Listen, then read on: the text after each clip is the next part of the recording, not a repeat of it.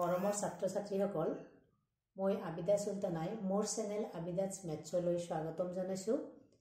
আজি মই এমসিকিউৰ আন এক ধৰণ স্টিমুলাছ বেসড এমসিকিউ ফিগাৰ ৰিলেটেড আলোচনা কৰিম।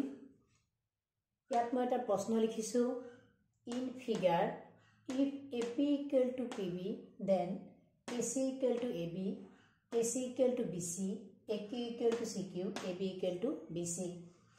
চিত্ৰত যদি AP সমান PB হয় তেন্তে AC equal to AB, AC equal to BC, AQ equal to CQ, AB equal to BC এই চাৰিটা অপচন দিয়া আছে। এই ধৰণৰ এমসিকিউত এটা চিত্ৰ দিয়া থাকিব, এটা ফিগাৰ দিয়া থাকিব, তাৰ পৰা আমি সমাধান উলাব লাগিব। তো আমি জানো যে এটা বহিবিন্দুৰ পৰা বৃত্তলৈ টনা স্পৰ্শক দুডাল সদায় সমান। From an external point, the tangents are always equal.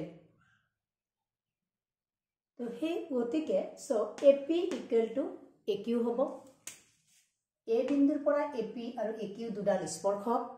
From the point A, AP and AQ are two tangents. Therefore, AP equal to AQ. Similarly, from the point external point B, BP and BR are two tangents. B বিন্দুৰ পৰা BP আৰু BR দুডাল স্পৰ্শক। লিখা যায় BP সমান BR. Similarly, CR সমান CQ. CR সমান CQ. তাৰ পিছত আমাৰ অপচন বিলাক আছে। AC সমান AB। AC মানে কি লিখা যায়? AQ plus CQ.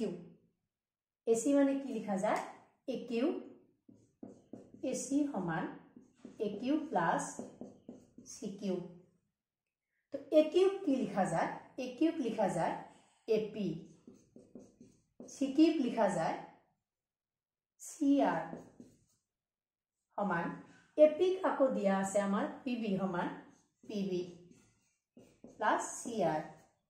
PB আকৌ কি লিখা যায়? ইয়াত দিয়া আছে BR. BR plus CR. তো BR plus CR কি লিখা যায়? BC. তেনেহলে আমাৰ যেটো অপচন 1 নম্বৰ অপচনটো AC সমান AB এটো নহব, কোনটো হ'ব? AC সমান BC।